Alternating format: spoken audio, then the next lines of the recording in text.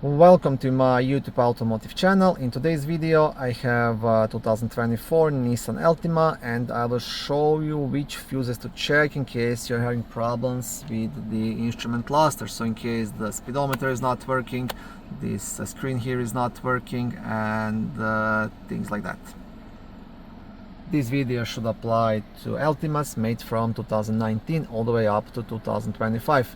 Also, if this video was helpful, please consider supporting the channel by liking the videos, subscribing to the channel, or becoming a channel member. Okay, now the fuses you want to check will be located in a fuse box under the steering wheel, just behind this cover.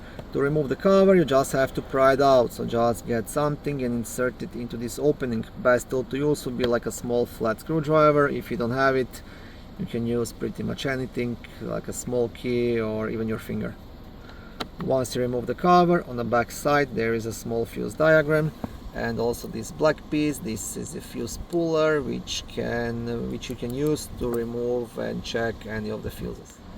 Okay, so the first fuse you want to check will be this 5 amp fuse located right here, and then the next fuse will be this 10 amp red fuse here. So this guy and this one here.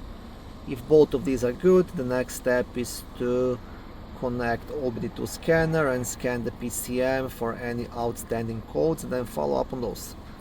But quite often, especially like after boosting a battery or things like that, I've seen these fuses burning out, and then the cluster would not work.